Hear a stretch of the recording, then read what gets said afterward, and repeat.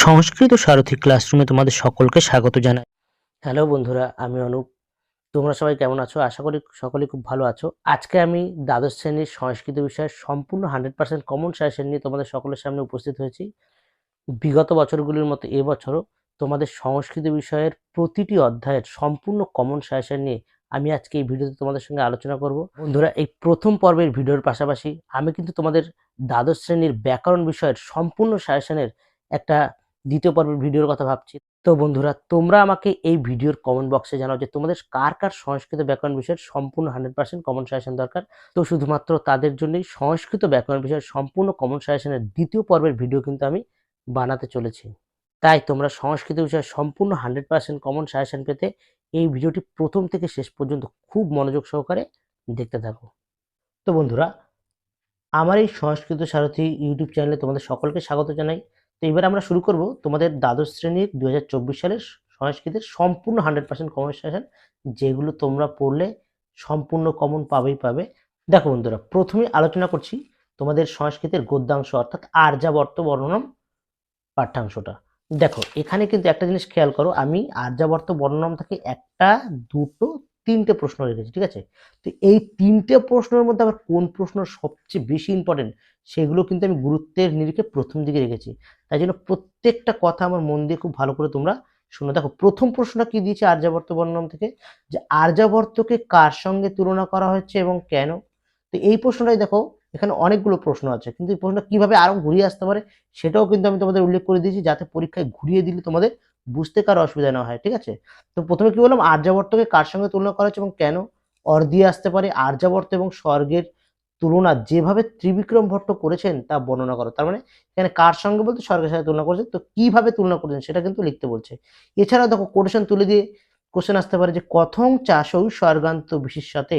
তো এখানে যে চাষৌ, চ প্লাস অসৌ, ঠিক আছে, সন্ধি বাংলা হয়। তো এই অসৌ শব্দের দ্বারা কাকে বোঝানো হয়েছে? উদ্দিষ্ট ব্যক্তি বা স্থানকে কিভাবে বিশিষ্টতা দান করা যায়। দেখো, এটার উত্তর কিন্তু একই, সে কার সাথে তুলনা করা যায় পার্থক্য, সে একই কিন্তু উত্তর। দেখো, এই প্রশ্ন আবার এটাও ঘুরে আসতে পারে যে আর্যাবর্ত ও স্বর্গের মধ্যে পার্থক্য বা তুলনামূলক আলোচনা করো। দেখতে পাচ্ছ বন্ধুরা, কত রকম ভাবে ঘুরিয়ে আসতে পারে। এছাড়া দেখো, মানে ঘোরানোর শেষ নেই। এছাড়া দেখো আরেকটা প্রশ্ন আছে এভাবে, এই কোশ্চেনটা কিভাবে ঘুরিয়ে দিতে পারে, যে আর্যাবর্তের বর্ণনাপূর্বক এই দেশকে স্বর্গের চেয়ে শ্রেষ্ঠ বলা যায় কিনা তা লেখো। তার মানে বুঝতেই পারলে দেখে একটা প্রশ্ন কত রকম ভাবে আসতে পারে। এবং আমি কিন্তু এখানে ব্র্যাকেটে লিখে দিয়েছি 100% কমন আসবে এই কোশ্চেনটা, ঠিক আছে? দেখো, এতগুলো স্টার মার্ক দিয়েছি। এই তাই জন্য বলে রাখলাম যে এই আর্যাবর্তের মানে আর্যাবর্ত বর্ণনামের যে প্রথম প্রশ্নটা গুরুত্বের নিরিখে কিন্তু এটাই সবচেয়ে বেশি ইম্পর্টেন্ট। এখানে আমি তিনটে প্রশ্ন দিয়েছি, তোমরা তিনটে প্রশ্নই করবো, কিন্তু এই প্রশ্নটাকে একদম বাড়িতে খুব ভালো করে নিখুঁত ভাবে তোমরা কিন্তু রেডি করবে, ঠিক আছে? তো 2 নম্বর প্রশ্নটা দেখো এবার কি আছে আর্যাবর্ত বর্ণনামের, যে আর্যাবর্তের বর্ণনা দাও। এটা আবার ঘুরে দিতে পারে যে আর্যাবর্তের বিষয়বস্তু বা সারাংশ লেখো, বা আর্যাবর্তের গ্রাম ও শহরের বর্ণনা দাও। দেখো, এই কোশ্চেনটা কিন্তু মোটামুটি এবছরের জন্য ভালো ইম্পর্টেন্ট, ঠিক আছে? এটাও রেডি করবে। এছাড়া এখান থেকে আর্যাবর্তের যে 3 নম্বর প্রশ্নটা গুরুত্বপূর্ণ, সেটা কি, যে বলছে সকল সংসার ও সুখভাজ প্রজা, অর্থাৎ প্রজারা সংসারের সকল সুখ ভোগ করে থাকেন, ঠিক আছে? তো এখানে বলছে প্রজাদের সুখ সমৃদ্ধির কারণ লেখো। এই কোশ্চেনটা আবার ঘুরে আসতে পারে সমস্ত ব্যাধি ব্যতি করা পুরুষায়ুষ জীবন, অর্থাৎ আর্যাবর্তের পুরুষেরা অর্থাৎ মানুষেরা সমস্ত ব্যাধি থেকে মুক্ত হয়ে তারা সর্বোচ্চ আয় পর্যন্ত জীবন ধারণ করে। হ্যাঁ, তো এখানে কি দিয়েছে যে প্রজাদের দীর্ঘ জীবনের কারণ বর্ণনা করো। এছাড়া দেখো আরেকটা ঘুরিয়ে দিতে পারে যে দৃশ্যতে না প্রজাসু, অর্থাৎ প্রজাদের মধ্যে কোনো রোগ জ্বালাই দেখা যায় না, ঠিক আছে? অর্থাৎ প্রজাদের মধ্যে কি কি দেখা যায় না এগুলো ডিটেলসে লিখতে বলছে। তাহলে দেখো বন্ধুরা, আর্যাবর্ত থেকে মাত্র আমি 3টে প্রশ্ন তোমাদের দিলাম। এই 3টে প্রশ্ন যদি খুব ভালো করে তোমরা তৈরি করতে পারো, তাহলে তোমরা এখান থেকে একটা প্রশ্ন 100% কমন পাবেই। তার মধ্যে প্রথম প্রশ্নটার কথা তো বললাম, ওটা সবচেয়ে বেশি গুরুত্বপূর্ণ। তারপরের প্রশ্ন দেখো, এবার আমরা চলে যাচ্ছি আমাদের দ্বিতীয় গদ্যাংশ বনগতা গুহ। এটাও একটা মোস্ট ইম্পর্টেন্ট টেক্সট। তো আরেকটা কথা বলে রাখি, দেখো বন্ধুরা, যে এই আর্যাবর্ত বর্ণনম টেক্সটের থেকে সবাই বনগতা গুহা টেক্সটে বেশি অ্যাটেন্ড করে, সেটা তোমরাও নিজেরাও জানো। হুম, তো আমার মতে তোমরা যারা খুব ভালো মানের স্টুডেন্ট, তারা চেষ্টা করো যে আর্যাবর্ত বর্ণনমের কোশ্চেনগুলো অ্যাটেন্ড করার, কেননা ম্যাক্সিমাম 90% স্টুডেন্ট প্রায় বনগত গুহার কোশ্চেন অ্যাটেন্ড করবে। এখান থেকেও দেখো আমি কয়েকটা প্রশ্ন বলছি, খুব ভালো করে তোমরা এখান থেকে রেডি করবে। হুম, তো প্রথম প্রশ্ন দেখো বন্ধুরা, বলছে প্রথম প্রশ্ন, বনগতা গুহা গল্পে কশ্যপ ও অলি পর্বর আর্থিক বা অর্থনৈতিক অবস্থার বর্ণনা দাও। দেখো বলে রাখছি, এই কোশ্চেনটা কিন্তু গত বছরের জন্য বেশি ইম্পর্টেন্ট ছিল, গত বছর আসেনি। তো এই বছরের জন্য এই প্রশ্নটা কিন্তু 100% তোমাদের কমন আসবেই আসবে, ঠিক আছে? তো খুব ভালো করে রেডি করবে যে কশ্যপ অলি পর্বা যে দুই ভাই পারস্যনগরে বাস করতো, তাদের আর্থিক বা অর্থনৈতিক অবস্থা কেমন ছিল সেটা লিখতে হবে। এই কোশ্চেনে ঘুরে দিতে পারে সহদরও বসতস্ম, অর্থাৎ দুই ভাই বাস করতো। তো সহদরও পদের দ্বারা কাদের বোঝানো হয়েছে, অর্থাৎ দুই ভাই কশ্যপ অলি পর্বার কথাকে, তাদের আর্থিক অবস্থার বর্ণনা দাও। দেখো এছাড়াও এই কোশ্চেনে আরেকটা ভাবে আসতে পারে যে বনগতা গুহা গল্পে বিলাসিতা ও দারিদ্রতা কিভাবে পরিস্ফুট হয়েছে তা লেখো। দেখেছি একটা প্রশ্ন কত রকম ভাবে আসতে পারে, তা তোমরা দেখতেই পাচ্ছ এখান থেকে। দেখো বন্ধুরা, তোমাদের বনগতা গুহার এই যে কশ্যপ অলি পর্ব আর্থিক অবস্থার এই প্রশ্নের উত্তরে একটা আমি ডেমো দেখাচ্ছি যে কিভাবে লিখলে তোমরা সম্পূর্ণ 5-এ 5 পেতে পারো, মানে কোটেশন কিভাবে দিতে হবে তোমাদের নোটটায়। দেখো কোশ্চেনটা হচ্ছে এই যে কশ্যপ অলি পর্ব আর্থিক বা অর্থনৈতিক অবস্থা। তো দেখো প্রথমেই আমি একটা এখানে ভূমিকা দিয়েছি, তারপর দুই ভাইয়ের পাঠ এখান থেকে শুরু হলো। তো দেখো বন্ধুরা, এখানে একটা কোটেশন রয়েছে, তার পিতার অবস্থা কেমন ছিল, ঠিক আছে? তারপরের পাঠটা রয়েছে এখানে কশ্যপের পাঠটা রয়েছে। দেখো এখানে দুটো কোটেশন কিন্তু এখানে হয়ে গেল অলরেডি, ঠিক আছে? এছাড়াও দেখো আরো রয়েছে তোমার এখানে, পরের পাঠটা হচ্ছে তোমার অলি পর্বের পাঠটা, সেটা হচ্ছে এই যে দেখো এখানেও হয় যে অলি পর্বে একটা হতশ্রী কুটিরে বাস করতো এবং স্ত্রী সন্তান, সেখানে তার একটা কোটেশন দিয়েছি, এবং অলি পর্বার সকালে উঠে যে কাঠ কাটতে হয় সেটাও কিন্তু একটা কোটেশন দিয়েছি। এইভাবে কোশ্চেনগুলো লিখলে, মানে ধরো এখানে আমি 4টে কোটেশন রয়েছে নোটে, তুমি মিনিমাম যদি 3টে কোটেশনও দিতে পারো, তাহলে কিন্তু তুমি এখান থেকে 5-এ 5 পেয়ে যাবে, ঠিক আছে? থেকে পরবর্তী প্রশ্ন দেখো, 2 নম্বর প্রশ্ন বলছে দ্বারং চ সপ্রদি সম্বৃতম, মানে দরজাটা তাড়াতাড়ি বন্ধ হয়ে গেল, ঠিক আছে? কোন দ্বারের কথা বলা হচ্ছে? হুম এবং দ্বারটি দ্রুত বন্ধ হয়ে গেল কেন, ঘটনাটি বর্ণনা করো, ঠিক আছে? এই কোশ্চেনটা এবার ঘুরিয়ে দিতে পারে যে ততঃ পরং দৈবস্যায়ত্তম, কে কেন এমন ভেবেছিল, অর্থাৎ তারপর যা আছে বাকিটা সব ভগবানের উপর ছেড়ে দিল, কে অলি পর্বা, তাই বলছে যে কে কেন এমন ভেবেছিল, দৈব কি সত্যি তার প্রতি প্রসন্ন হয়েছিল, দেখো। আবার দেখো এই কোশ্চেনটা ঘুরিয়ে দিতে পারে যে অলি পর্বার ভাগ্য পরিবর্তনের বা জীবন সংগ্রামের কাহিনী লেখো। আর এছাড়াও আরেকভাবে আসতে পারে যে দস্যুরা চলে যাওয়ার পর অলি পর্বার কার্যকলাপ লেখো। 3 নম্বর প্রশ্ন যে বনগতা গুহা গদ্যাংশের সারাংশ বা সারমর্ম বা বিষয়বস্তু বা নামকরণের সার্থকতা লেখো। মানে যাই পড়ো না কোনো একটাই, এটারও একটা উত্তর আমি তোমাকে দেখাচ্ছি এখানে। হুম কেননা দেখো 3টে প্রশ্ন 3 রকম, মানে প্রশ্নগুলো সব আলাদা আলাদা, কিন্তু উত্তর একটাই হবে, সারাংশ বা সারমর্ম, মানে মূল বিষয়বস্তুটা কি আর কি, আর নামকরণের সার্থকতা। দেখো এই যে একটা পার্ট, এটা যেন এই পার্ট থেকে সম্পূর্ণই আলাদা, কিন্তু তাও একটা উত্তর লিখলেই হয়ে যাবে, সেটারও এই পার্ট তোমাদের আমি এখানে দেখাচ্ছি। এই দেখো বন্ধুরা, এই যে এই কোশ্চেনটা আমি লিখিয়েছি এখানে, সারাংশ, সারমর্ম, বিষয়বস্তু বা এই যে নামকরণের সার্থকতা, ঠিক আছে? তো এই কোশ্চেনটাও আমি তোমাদের যাদের প্রয়োজন হবে তারা বলবে, তাদেরকে আমি দিয়ে দেওয়ার ব্যবস্থা করবো। কিন্তু এই কোশ্চেনে এই যে এই পৃষ্ঠাটাকে তোমাদের প্রত্যেকটা পয়েন্ট পয়েন্ট করে উত্তরগুলো লিখতে হবে, ঠিক আছে? এইভাবে ধরে ধরে ধরে ধরে প্রত্যেকটা পয়েন্টের উত্তরগুলো তোমাদের এখান থেকে লিখতে হবে। তো এইভাবে কোশ্চেনটা তোমরা যদি লেখো, তাহলেই কিন্তু তোমরা গিয়ে 5-এ 5 পাবে, ঠিক আছে? এইবার দেখো আমরা চলে যাচ্ছি পরবর্তী প্রশ্ন, সেটা হচ্ছে এক্সট্রা কিছু প্রশ্ন পড়তে হবে বনগতা গুহা থেকে, ঠিক আছে? তো এই 3টে প্রশ্ন কিন্তু তোমরা খুব ভালো করে রেডি করলে এখান থেকে তোমরা একটা কমন পাবে। তাছাড়া তোমরা আরো 2-3টে কোশ্চেন একটু এক্সট্রা দেখে রাখবে, সেটা হচ্ছে অলি পর্বা কিভাবে গুহায় প্রবেশ করেছিল এবং কোন কোন জিনিস দেখতে পেয়েছিল। বিশেষ করে তোমরা যারা ভালো করে টেক্সট পড়বে তারা এই কোশ্চেনটার উত্তর খুব সহজভাবে দিতে পারবে। এই প্রশ্নের ক্ষেত্রে এরকম একটা কোটেশন দেওয়া যেতে পারে যে তোমাদের শেষের দিকে ছিল গুহাভ্যন্তরং প্রবেশ্য অলি পর্বা সর্বত রাশিকৃতানি ভক্সানি, এরকম একটা কোটেশন ছিল, দেখবে তোমরা শেষের দিকে রয়েছে, ঠিক আছে? ওরকম একটা কোটেশন এখানে দরকার। এছাড়াও দেখো আরো দুটো প্রশ্ন তোমরা একটু দেখবে, সেটা হচ্ছে এক, অলি পর্বার চরিত্র বা চারিত্রিক বৈশিষ্ট্য আলোচনা করো। এছাড়াও আরেকটা প্রশ্ন হচ্ছে বনগতা গুহা গল্পে চোর বা দস্যুদের কার্যকলাপ লেখো, ঠিক আছে? তোমাদের পরবর্তী পাঠ পদ্যাংশের থেকে, সেখানে দেখো পদ্যাংশে প্রথমে আমরা আলোচনা করব শ্রী গঙ্গা স্তোত্র নিয়ে। এখানেও দেখো আমি খুব সামান্য কয়েকটা প্রশ্ন দিয়েছি পদ্যাংশ থেকে, মাত্র 3টে প্রশ্ন দিয়েছি শ্রী গঙ্গা স্তোত্রম থেকে, আর শ্রীমদ্ ভগবত গীতা থেকেও আমি 2-3টে প্রশ্ন দিয়েছি। তো এর মধ্যে থেকে পড়লেই তুমি একটা প্রশ্ন কমন পেয়ে যাবে। আর তোমরা তো জানোই তোমাদের যে একটু আগে যে গদ্যাংশগুলো দেখালাম, এই ক্ষেত্রে এই যে একটা হচ্ছে আর্যাবর্ত বর্ণনম আর একটা হচ্ছে বনগত গুহা, তো দুটো থেকেই তোমাদের একটা একটা করে প্রশ্ন পরীক্ষা দেবে, একটা করতে হবে। তো এই কটা প্রশ্ন করলে তোমরা এখান থেকে একদম নিশ্চিন্তে একটা কমন পেয়ে যাবা। এবার দেখো প্রথমে আমরা যেটা আলোচনা করব পদ্যাংশের শ্রী গঙ্গা স্তোত্রম। তো এখান থেকে আমি কোন প্রশ্নটা একদম সম্পূর্ণ 100% কমন দিয়েছি, সেটা হচ্ছে প্রথমে যেটা বলছে যে শ্রী গঙ্গা স্তোত্রমে দেবী গঙ্গাকে কিভাবে বর্ণনা করা হয়েছে বা যেভাবে বর্ণনা করেছে তা লেখো, মানে কিভাবে বর্ণনা করা হয়েছে তা লেখো, এটাও থাকতে পারে, বা গঙ্গাকে যেভাবে বর্ণনা করা হয়েছে তা লেখো, এটাও থাকতে পারে। ঠিক আছে, এছাড়াও ঘুরে দিতে পারে যে শ্রী গঙ্গাস্তোত্রমের বিষয়বস্তু বা সারাংশ বা গঙ্গা ভক্তি লেখো। দেখো এই প্রশ্ন কিন্তু আমি একদম 100% কমন দিচ্ছি, তোমরা খুব ভালো করে এই প্রশ্নটা রেডি করবে। ঠিক আছে, তুমি যে প্রশ্নটা যে গঙ্গাকে কিভাবে বর্ণনা করেছে বা যেভাবে বর্ণনা করেছে সেটার একটা উত্তর ডেমো দেখাচ্ছি, যে কিভাবে লিখলে উত্তরটা তোমরা 5-এ 5 পাবে। দেখো প্রশ্নটা যে দেখতেই পাচ্ছ, গঙ্গায় কিভাবে যেভাবে বর্ণনা করা হচ্ছে, দেখো কোটেশনগুলো আমি শুধু কিভাবে এখানে দিয়েছি, দেখো কতগুলো কোটেশন দিয়েছি, এই জিনিসগুলো একটু ফলো করলে তোমরা কিন্তু এইভাবে লিখলে 5-এ 5 তোমরা নোটটায় পেতে পারো। তো এই একটা রয়েছে, তারপর কল্পলতামিব ফলদং লোকে, এছাড়াও কিন্তু পরবর্তী পৃষ্ঠাতেও আরও তোমরা কোটেশন দেখতে পাবে। দেখো দেখতেই পাচ্ছ এখানে আরও দুটো কোটেশন, এই যে কালো কালি দিয়ে রয়েছে 2-3টে কোটেশন। তো তোমাদের যাদের প্রয়োজন হবে তারা আমাকে অবশ্যই বলবা। ঠিক আছে, দ্বিতীয় প্রশ্নটা যে তমশিব গতির মম খলু সংসারে, ঠিক আছে, যে তুমি একমাত্র এই সংসারে আমার একমাত্র গতি বা আশ্রয়। তো কে কেন এই কথাটা বলেছেন বুঝতেই পারছো, কবি শঙ্করাচার্য বলেছেন এই কথাটা। ঠিক আছে, দেবী গঙ্গাকে। আর পরের প্রশ্ন দেখো যে শ্রী গঙ্গা স্তোত্রমে দেবী গঙ্গার মাহাত্ম্য লেখো, এটাও খুব ভাইটাল প্রশ্ন, এটাও কিন্তু তোমরা একটু ভালো করে রেডি করবে। আর লাস্ট প্রশ্ন এখানে এক্সট্রা হিসেবে আরেকটু দেখে নেবে যে শ্রী শঙ্করাচার্য দেবী গঙ্গার যে বিশেষণগুলি ব্যবহার করেছেন তা লেখো, মানে কোন কোন বিশেষণ, এই ধরো সাপোজ দেবী সুরেশ্বরী হতে পারে, হরিপদ পাদ্য তরঙ্গিনী গঙ্গে এরকম একটা আছে, তারপর শঙ্কর মৌলি বিহারিণী, ভাগীরথী, এরকম অনেক বিশেষণ রয়েছে। তো সেগুলো সম্পর্কে তোমাদের এখানে একটা নোট কিন্তু লিখতে হবে। তো দেখো বন্ধুরা, এবার আমরা চলে আসছি তোমাদের দ্বিতীয় কবিতা কর্মযোগ, অর্থাৎ শ্রীমদ্ ভগবদ গীতার অন্তর্গত কর্মযোগ নামক তৃতীয় অধ্যায়টা। তো এইখানেও মাত্র আমি সামান্য 3টে প্রশ্ন দিয়েছি, তার মধ্যে প্রথম প্রশ্নটা কিন্তু তোমাদের জন্য 100% কমন, আর এই একটা প্রশ্ন পড়লেই আশা করছি তোমরা এই বছর কমন পাবেই। বলছে প্রথম প্রশ্ন, ভগবান শ্রীকৃষ্ণ নির্দেশিত নিষ্কাম কর্ম বা কর্মযোগের ব্যাখ্যা দাও। ঠিক আছে, এই প্রশ্ন আবার ঘুরে আসতে পারে কিভাবে, কর্মযোগ কি এর সারমর্ম লেখো। আবার অন্যভাবে আসতে পারে, কর্মযোগের পাঠ্যাংশ অনুসারে মোক্ষ লাভের উপায় হিসেবে গীতার কর্মযোগ তত্ত্বের ব্যাখ্যা দাও। মোক্ষ লাভের উপায় হিসেবে কিন্তু আর দিয়ে লাস্ট আরেকটা প্রশ্ন, যে কেন কর্মত্যাগের দ্বারা নৈষ্কর্ম সিদ্ধি হয় না বুঝিয়ে দাও। দেখো প্রত্যেকটা প্রশ্নের উত্তর কিন্তু একটাই।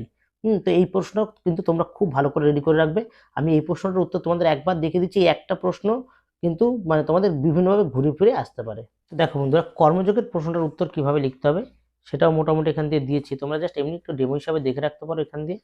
যে এই প্রশ্নটা দেখো এখানে আমি লিখেই দিয়েছি, প্রশ্নগুলো যেই প্রশ্নগুলো ওখানে বললাম সেগুলো এখানেই লেখা আছে। তো ওই প্রশ্নগুলোর উত্তর কিন্তু এখানে এভাবে কোটেশন দিয়ে কিন্তু উত্তর করে দেওয়া আছে। ঠিক আছে, তো তোমরা এইভাবে ঠিক প্রশ্নটা উত্তরগুলো তোমরা করার চেষ্টা করবে। দেখো এবার বন্ধুরা, গীতার মানে কর্মযোগের 2 নম্বর প্রশ্ন, যদ যদ আচরতি শ্রেষ্ঠ তত্ত্বৎ এবেতর জনঃ, তাই তাৎপর্য লেখো, অর্থাৎ একজন শ্রেষ্ঠ ব্যক্তি যা যা আচরণ করেন অন্যান্য সামান্য ব্যক্তিরা সেই আচরণ করার চেষ্টা করেন। তো এই লাইনটির তাৎপর্য লিখতে হবে। ঠিক আছে, এটা তোমাদের ভাব সম্ভাষণও আসতে পারে, ওইটা পড়লেই হয়ে যাবে। এছাড়া এক্সট্রা হিসেবে আরেকটা প্রশ্ন তোমরা এখান থেকে দেখে রাখবে, একটু জাস্ট মিথ্যাচার কাকে বলে তা গীতার কর্মযোগ পাঠ্যাংশ অনুসারে লেখো, অর্থাৎ মিথ্যাচারী ব্যক্তি বা মিথ্যাচার কাকে বলা হয় সেটা কর্মযোগ অনুসারে লিখতে হবে। দেখো এই কয়েকটা মাত্র মানে গঙ্গাস্তোত্র থেকে এই প্রশ্নটা, গীতার থেকে এই প্রশ্ন, এই দুটো প্রশ্ন তো আগে খুব ভালো করে তোমরা রেডি করে নেবে। ঠিক আছে, কারো যদি উত্তরের প্রয়োজন হয় অবশ্যই আমাকে বলবা। আর এই যে বাকি যে প্রশ্নগুলো বললাম এগুলো কিন্তু একদম বাদ দেবে না, এইগুলো অবশ্যই তোমরা দেখে রাখতে পারো। ঠিক আছে, তো এবার দেখো আমরা চলে যাই তোমাদের নাট্যাংশের দিকে। তো নাট্যাংশে তোমরা জানোই সবাই, তোমাদের নাট্যাংশ থেকে 2টো প্রশ্ন দেয়, একটা অ্যাটেন্ড করতে হয়। তো বাসন্তী স্বপ্ন নাট্যাংশের কোন কোন প্রশ্ন তোমরা ভালো করে পড়লেই 2টোই কমন পেয়ে যাবে, কিন্তু একটা করতে হবে সেটা আমি বলেছি। দেখো প্রথম এই যে 3টে আমি এখানে দিয়েছি, এই 3টে প্রশ্ন পড়লেই আশা করি তুমি এখান থেকে একটা কমন পেয়ে যাবে। এছাড়াও নিচে আরো 2-1টা প্রশ্ন, ওগুলো একটু এক্সট্রা পড়তে হবে। তো প্রথম প্রশ্নটা দেখো খুব ভাইটাল একটা প্রশ্ন এবছর আসার মতো, যে বাসন্তিক স্বপ্নম নাটকের নামকরণের সার্থকতা বা শিরোনামটির সার্থকতা লেখো। তোকে 100% কমন দিয়ে দিচ্ছি, খুব ভালো করে কিন্তু এই কোশ্চেনটা তোমরা রেডি করবে। ঠিক আছে, সেকেন্ড প্রশ্ন দেখো এটাও 100% কমন, সেটা হচ্ছে বাসন্তিক স্বপ্নম নাট্যাংশে রাজা ইন্দ্রবর্মার চরিত্র বা চারিত্রিক বৈশিষ্ট্য আর সম্পর্কে লেখো। এই প্রশ্নটার উত্তর কিন্তু তোমরা খুব ভালোভাবে যদি আসে গুছিয়ে লিখবে, মানে ধরো পয়েন্ট 4-5টা পয়েন্ট দিয়ে তার মধ্যে কোটেশন দেবে, তাহলে কিন্তু 5-এ 5 পাবে। হ্যাঁ, এছাড়াও 3 নম্বর প্রশ্নটা দেখো, যে রাজা ইন্দ্রবর্মা ও কৌমুদীর কথোপকথন আলোচনা করো। এই কোশ্চেন আবার ঘুরেও দিতে পারে, বর নির্বাচনে ইন্দ্রবর্মার সাথে কৌমুদীর কথোপকথন অথবা যুক্তিতর্কের সংক্ষিপ্ত পরিচয় দাও।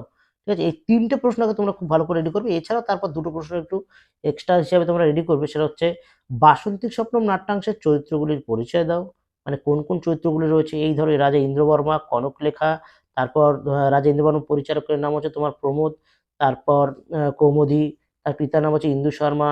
তাছাড়াও দুজন মানে নাট্যাংশের মধ্যে নেই, মানে মঞ্চে উপস্থিত নেই, এছাড়াও দুজন ক্যারেক্টার নাম তোমরা জানো। এক নম্বর হচ্ছে তোমার মকরন্দ, আর ২ নম্বর হচ্ছে বসন্ত। এই ক্যারেক্টারগুলো সম্পর্কে একটু শর্টে লিখতে হবে, ঠিক আছে? আর এরপর ৫ নম্বর প্রশ্নটা দেখো কি বলছে, নারিকা ও যুগায়ত, মানে এক্ষণ সময়ের জন্য এক যুগ বলে মনে হচ্ছে, এই লাইনটার ব্যাখ্যা করতে দেবে, ঠিক আছে? এটা ঘুরিয়ে দিতে পারে, অনেকভাবে আসে কোশ্চেনটা।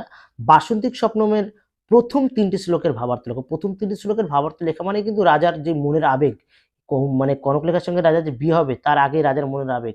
কোশ্চেন দেখো অর দিয়ে আরেকভাবে দিতে পারে যে বিবাহের পূর্বে ৪ দিনের অপেক্ষাকাল বিষয়ে রাজা ইন্দ্রবর্মার আবেগ বা মনোভাবের পরিচয় দাও, ঠিক আছে? এই দেখো সমস্ত প্রশ্নগুলো প্রায় মানে ঘুরিয়ে ফিরিয়ে দিচ্ছে আর কি, ঠিক আছে? এই জন্য আমার এখানে কিন্তু প্রত্যেকটা প্রশ্ন অর দিয়ে লেখা, ওই জন্য দেখে মনে হচ্ছে অনেকগুলো প্রশ্ন, একটাই প্রশ্ন তার ভিতরে কিন্তু ৩টে প্রশ্ন, ঠিক আছে? এই জন্য তোমরা যখন বাড়িতে পড়বে এই প্রশ্নগুলো মানে অর দিয়ে টুকে নেবে, তাহলে কিন্তু তোমাদের সুবিধা হবে। ধরো সাপোজ তোমাদের যেই শিক্ষকের কাছে তোমরা পড়ো, ধরো ওরকম একটা কোশ্চেন তোমাদের লিখেছে, হয়তো বাই চান্স ভুলবশত হয়তো একটা প্রশ্নের অর হয়তো এরকম লেখাতে ভুলে গেছে, তোমরা পাশে দিয়ে এরকম লিখে নেবে, তাহলে তোমাদের অনেকটাই সুবিধা হবে কিন্তু, ঠিক আছে? হয়তো ঘুরিয়ে দিলেও কোশ্চেন তাও তোমরা অ্যাটেন্ড করতে পারবে। এছাড়া দেখো এখানে লাস্ট একটা প্রশ্ন আমি দিয়েছি, বিজয়তাম অস্মাকম অবনীপ, অর্থাৎ আমাদের মহারাজের জয়। উক্তিটি কার তোমরা জানো, ইন্দু শর্মার। অবনীপকে রাজা ইন্দ্রবর্মা, বক্তা তার কাছে কেন এসেছিলেন, ঠিক আছে? এই একটা প্রশ্ন। দেখো এই যে মাত্র এই কয়েকটা প্রশ্ন আমি দিলাম, প্রথম ৩টে প্রশ্ন আগে ভালো করে পড়লেই তুমি এই ২টো প্রশ্ন দেবে, একটা কমন পেয়ে যাবে। এছাড়াও তোমরা এই ৩টে প্রশ্ন একটু সামান্য দেখে নেবে, ঠিক আছে? কিন্তু এখানে আমি একটা খুব ভাইটাল জিনিস তোমাদের জন্য এবছরের জন্য লিখে দিয়েছি, সেটা একটু ভালো করে ফলো করো। কি যে বিদ্রোহ অর্থাৎ বিশেষ দ্রষ্টব্য হিসেবে একটা কথা লিখে দিয়েছি যে এবছর নাটক থেকে কোটেশন তুলে দিয়ে প্রশ্ন আসার সম্ভাবনা কিন্তু প্রবল, ঠিক আছে? সেই জন্য বাসন্তিক স্বপ্নম নাটকটির টেক্সট বা পাঠ্য বিষয় খুব ভালো করে লিখিতভাবে পড়তে হবে। মানে তুমি বাসন্তিক স্বপ্নম নাট্যাংশের প্রত্যেকটা মানে লাইন ধরে ধরে তোমরা ভালো করে পড়বে, যাতে প্রত্যেকটা লাইনের মানে মনে থাকে। হুম, যে কোনো লাইন তুলে দিয়ে কোশ্চেন দিতেই পারে, যেমন ধরো এইটাই দিল, বিজয়তম অস্মাকম অবনীপ। তোমাদের দেখতে ওই প্রথম পেজের শেষের দিকে, পরের পৃষ্ঠার শুরুর দিকে দেখবে এই লাইনটা লেখা রয়েছে, ঠিক আছে? যেখানে বাসন্তী স্বপ্ন নাটকটা শুরু হচ্ছে। তো এইভাবে মানে খুঁটিয়ে কোশ্চেন দিতেই পারে। একটা ধরো একটা প্রশ্ন তোমার কমন আসলো, আরেকটা একটু টেক্সচুয়াল কোশ্চেন দিয়ে দিল, তো এই জন্য তোমরা টেক্সটটা ভালো করে পড়লে তোমাদের কোনো সমস্যা হবে না। বিশেষ করে প্রত্যেকটা টেক্সট, সে গদ্য বলো, পদ্য বলো, নাটক বলো, প্রত্যেকটা টেক্সট কিন্তু একটু ভালো করে খুঁটিয়ে পড়লে যাই প্রশ্ন না আসুক না কেন তোমরা অ্যাটেন্ড করতে পারবে। দেখো এই হচ্ছে আমাদের টেক্সচুয়াল বিষয়গুলো গেল। এবার আমরা চলে যাচ্ছি আমাদের পরের মানে পার্টে, সেটা হচ্ছে ভাব সম্প্রসারণ। দেখো ভাব সম্প্রসারণ আমি খুব সামান্য দিয়েছি, এই যে এখানে যে কটা ভাব সম্প্রসারণ আমি প্রথম ৪-৫টা বলছি, সেগুলোর মধ্যে থেকেই পরীক্ষায় তুমি কমন পেয়ে যাবে। তাই সেগুলো দেখো একটু ভালো করে। প্রথম ভাব সম্প্রসারণ, সেটা সবচেয়ে বেশি ইম্পর্টেন্ট, সেটা হচ্ছে স্বধর্মে নিধনং শ্রেয় পরধর্ম ভয়াবহ। কর্মযোগ থেকে দিয়েছে, মানে হচ্ছে নিজের ধর্মে মৃত্যুও ভালো, পরের ধর্ম অনুসরণ করা কিন্তু অত্যন্ত ভয়জনক, ঠিক আছে? এই ভাব সম্প্রসারণটা তোমাদের এবছর আসার চান্স সবচেয়ে বেশি। এবার সেকেন্ড ভাব সম্প্রসারণ, এরা তো প্রতি মানে ম্যাক্সিমাম অনেক বছরই এসছে পরপর, ২-৩ বছর, এই জন্য এই ভাব সম্প্রসারণ খুবই ইম্পর্টেন্ট। অশক্তি হিয়াচরণ কর্ম পরম আপনতি পুরুষ, অর্থাৎ নিরাসক্ত হয়ে কাজ করলে পরমপদ বা মোক্ষ লাভ করা যায়, অর্থাৎ পুরুষেরা বা মানুষেরা মোক্ষ লাভ করে, ঠিক আছে? এই দুটো খুব ভালো করে পড়বে। পরের কোটেশনটা দেখো, পরের ভাব সম্প্রসারণ, সেটা হচ্ছে দেশ পূর্ণতম উদ্দেশ্য কর্ষাসৌ না প্রিয় ভবেত, মানে এমন পূর্ণ দেশটা কারই না ভালো লাগে। কোন দেশের কথা বলছে এখানে? আর্যাবর্ত দেশের কথা, ঠিক আছে? এই ভাব সম্প্রসারণটা ভালো করে পড়বে।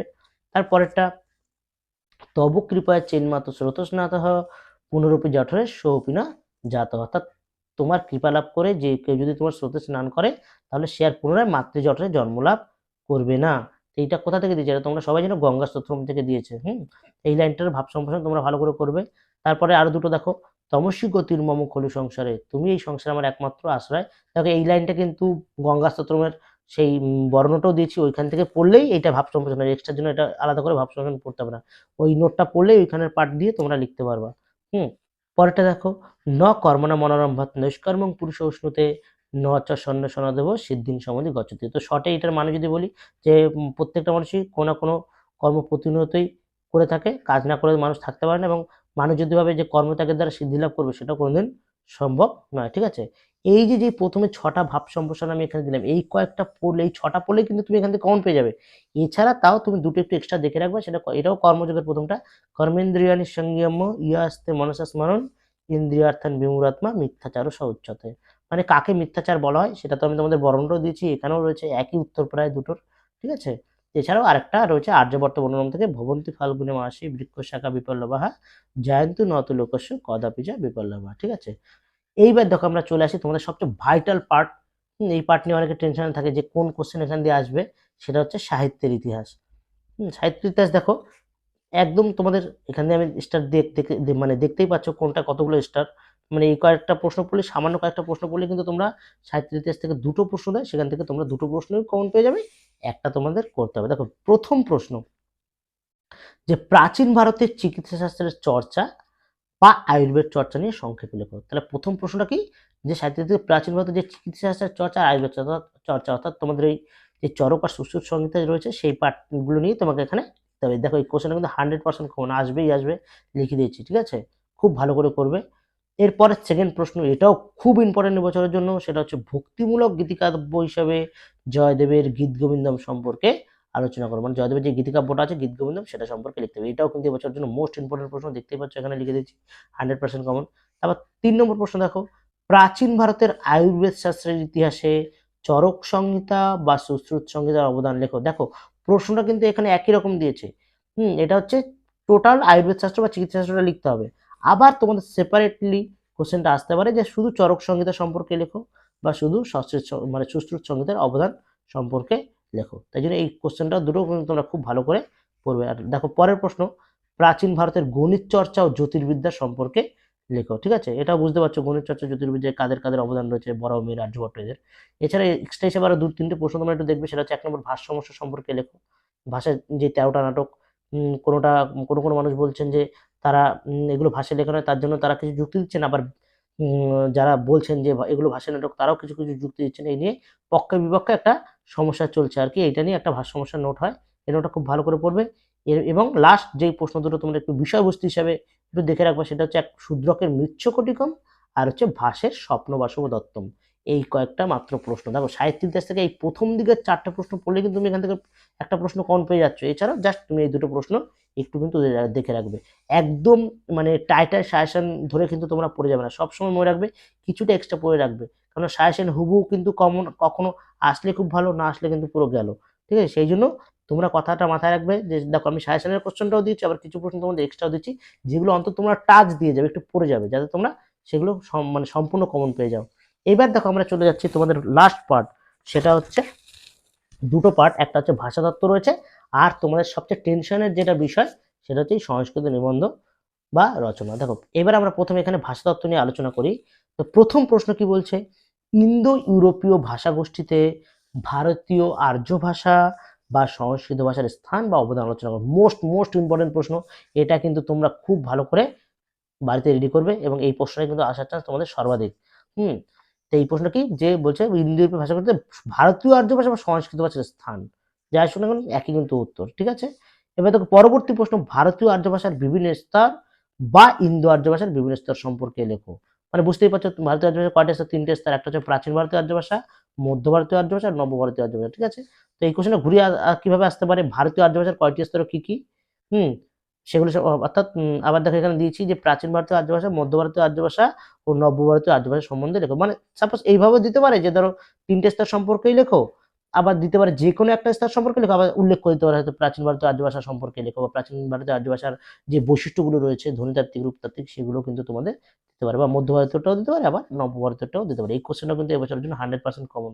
দেখো দুটো প্রশ্ন আমি এখান থেকে প্রথমে দিলাম, দুটোই 100%। এই দুটো খুব ভালো করে কিন্তু তোমরা বাড়িতে মানে প্র্যাকটিস করতে হবে এখন থেকে, এখন অনেকটা সময় রয়েছে, প্রায় ধরো 1.5-2 মাসের মতো। তোমরা এখন থেকে যদি এই প্রশ্নগুলো কমন মানে ভালো করে প্র্যাকটিস করো, তাহলেই তোমাদের একদম 100% কমন চলে আসবে। এবার পরের প্রশ্ন দেখো, ইন্দো ইউরোপীয় ভাষা গোষ্ঠীর 10টি শাখার নাম ও পরিচয় দাও। মানে সেই কেন্তুম ও শতম গোষ্ঠী যে 10টি শাখা আছে, গ্রিক, ইতালিক, হিটাইট, এই নামগুলো, সেগুলো সম্পর্কে তোমাদের পড়তে হবে। এরপর দেখো অর দিয়ে কোশ্চেনটা আসতে পারে, ইন্দো ইউরোপীয় ভাষা গোষ্ঠীর 2টি প্রধান শ্রেণী ও 10টি উপশ্রেণী, অর্থাৎ 2টি প্রধান শ্রেণী মানে কেন্তুম ও শতম। ঠিক আছে, একটায় 6টা আর একটায় 4টে, এরকম মোট 10টা উপশ্রেণী হয়। ঠিক আছে, আর এই কোশ্চেনটা কিন্তু আরেকভাবে এক্সট্রা হিসেবে আরেকটু দেখে নেবে, সেটা হচ্ছে কেন্তুম ও শতম সম্বন্ধে লেখো। ঠিক আছে, এই হচ্ছে তোমাদের মাত্র ভাষাতত্ত্বের কোশ্চেন। মাত্র দেখো 4টে প্রশ্ন আমি এখানে দিয়েছি, তার মধ্যে প্রথম 2-3টে প্রশ্ন কিন্তু পড়লেই তোমরা এখান থেকে কমন পাবে, কিন্তু না তোমরা 4টে প্রশ্ন কিন্তু একটু দেখে নেবে। এইবার তোমাদের সবচেয়ে যেটা তোমাদের টেনশনের পার্ট, সেটা হচ্ছে সংস্কৃতে নিবন্ধ বা রচনা, ঠিক আছে? তো দেখো আমি এখানে তোমাদের একদম গ্যারান্টি সহকারে বলে দিচ্ছি, তোমরা প্রথম 4 থেকে 5টা রচনা এখান থেকে পড়লেই তোমরা কিন্তু পরীক্ষায় রচনা একদম 100% কমন পাবেই পাবে। এটা আমার প্রতি বিশ্বাস রেখে তোমরা এই রচনাগুলো পড়তে পারো। তো আমি তাছাড়াও তোমাদের 2-3টে এক্সট্রা রচনা দিয়েছি। কিন্তু তোমরা একদম ফার্স্ট যেটা একদম ইম্পর্টেন্ট তোমাদের এই বছরের জন্য সেটা হচ্ছে কি মম বা তব আদর্শ পুরুষ হও, ঠিক আছে? তোমাদের ধরো সাপোজ দিয়ে দিল পরীক্ষার প্রশ্নপত্রে তব আদর্শ পুরুষ, তখন কিন্তু তুমি উপরে হেডিং তব আদর্শ পুরুষ, সেখানে তুমি মম লিখবা, ঠিক আছে? মম মানে আমার আদর্শ পুরুষ, অর্থাৎ তুমি ধরো লিখলে স্বামী বিবেকানন্দ সম্পর্কে, ধরো স্বামী বিবেকানন্দ যা দিল এইটা একই কিন্তু, ঠিক আছে? ধরো তুমি তোমার আদর্শ পুরুষ হিসেবে মানে স্বামী বিবেকানন্দকে। এই একটা রচনা। সেকেন্ড রচনা হচ্ছে অন্তর্জালম, ইন্টারনেট। তারপর এটাও খুব ভালো করে পড়বে। তারপর দেখো মম বা তব প্রিয় ঋতু, ধরো তুমি তোমার প্রিয় ঋতু হিসেবে বসন্তকালকে লিখছো, তো এই বছরের জন্য বসন্তকাল ইম্পর্টেন্ট, তো একই, এইটা আসলে একই ব্যাপার, ঠিক আছে? পরবর্তী রচনা দেখো রামায়ণ অথবা মহাভারতম, যে কোনো একটা, মানে এবার কিন্তু মহাকাব্যের দিক থেকে একটা রচনা আসলেও আসতে পারে। তো এই দেখো এই প্রথম 4টে রচনা তুমি আগে বাড়িতে খুব ভালো করে তৈরি করে নাও। তাছাড়া তুমি আরো কয়েকটা রচনা দেখবে, সেটা হচ্ছে পরিবেশ দূষণ অর্থাৎ প্রতিকারস্য, অর্থাৎ পরিবেশ দূষণ ও তার প্রতিকার, বিদ্যারত্নং মহাধনম, অর্থাৎ বিদ্যাই হচ্ছে মহাধন। আর এক্সট্রা হিসেবে আরো 2-3টে রচনাটি তুমি দেখবে, সেটা হচ্ছে মম বা অস্মাকম গ্রাম, মানে আমার গ্রাম বা আমাদের গ্রাম। মম বা অস্মাকম বিদ্যালয়, মানে আমার গ্রাম বিদ্যালয় বা আমাদের বিদ্যালয়। আরেকটা হচ্ছে শারদ উৎসব, ঠিক আছে? এই যে সামান্য কয়েকটা আমি তোমাদের এখানে রচনা দিলাম, প্রবন্ধ রচনা, এই কয়েকটা রচনা পড়লেই কিন্তু তুমি একদম 100% কমন পাবেই পাবে এখান থেকে। তো আমার প্রতি আস্থা রেখে তোমরা এই প্রত্যেকটা জিনিস বাড়িতে খুব ভালো করে দেখতে থাকো। তোমাদের যাবতীয় যে জিনিসগুলো আছে, যেখানে আমি এই যে প্রশ্নগুলো এখানে আমি বললাম, সেই কয়েকটা জিনিস তোমরা ভালো করে দেখলেই তোমরা এখান থেকে 100% কমন পাবে। আর চেষ্টা করো প্রত্যেকটা প্রশ্ন এখন থেকে বাড়িতে রেডি করো, কোনো প্রশ্ন কিন্তু তোমরা মানে বাদ দিয়ে পড়বো না। যাই হোক বন্ধুরা, এর পরবর্তী ভিডিও আমরা দ্বিতীয় পর্ব অর্থাৎ ব্যাকরণের পার্ট নিয়ে আলোচনা করব। তো ব্যাকরণের তোমাদের একদম আমি 100% সাজেশন দিয়ে দেবো, তো সেটা নিয়ে তোমাদের টেনশন করতে হবে না। এবং তোমাদের কার কার ব্যাকরণের সাজেশনের প্রয়োজন সেটা আমাকে একটু অবশ্যই এই ভিডিওর কমেন্ট বক্সে জানাবে। বন্ধুরা, এই হলো তোমাদের দ্বাদশ শ্রেণীর সংস্কৃত বিষয়ের সম্পূর্ণ 100% কনভারসেশন। এবং আমি তোমাদের যেভাবে প্রশ্নগুলো বললাম, কোন প্রশ্নটা কতটা গুরুত্বপূর্ণ সবই বলে দিলাম। এবং গুরুত্বের নিরিখে যে প্রশ্নগুলো প্রথম দিকে রয়েছে সেই প্রশ্নগুলো খুব ভালো করে পড়বে। আশা রাখছি তোমরা এই কয়েকটা প্রশ্ন ভালো করে পড়লেই তোমরা কিন্তু এখান থেকে পুরো সম্পূর্ণ 100% কমন পাবেই। যাই হোক বন্ধুরা, তোমরা এই সাজেশনের প্রত্যেকটা প্রশ্ন খুব মন দিয়ে ভালো করে পড়ো। আর তোমরা যারা আমার এই সংস্কৃত সারথী চ্যানেল নতুন আছো, তারা অবশ্যই আমার চ্যানেলটিকে সাবস্ক্রাইব করে দিয়ে পাশে থাকা বেল আইকনটি প্রেস করে অল নোটিফিকেশন করে রাখবে, যাতে পরবর্তী ভিডিওগুলি তোমরা খুব সহজেই পেতে পারো। এছাড়াও বন্ধুরা, এই ভিডিওটি তোমরা তোমাদের বন্ধুদের কাছে শেয়ার করো, যাতে তারাও এই সাজেশনের প্রশ্নগুলি খুব ভালো করে মন দিয়ে বাড়িতে তৈরি করে নিতে পারে এবং সংস্কৃত বিষয়ে একটি খুব ভালো ফল করতে পারে। তো বন্ধুরা, আজ তবে এখানে শেষ করছি। ততক্ষণে তোমরা বাড়িতে প্রত্যেকটা বিষয় মন দিয়ে খুব ভালো করে পড়তে থাকো।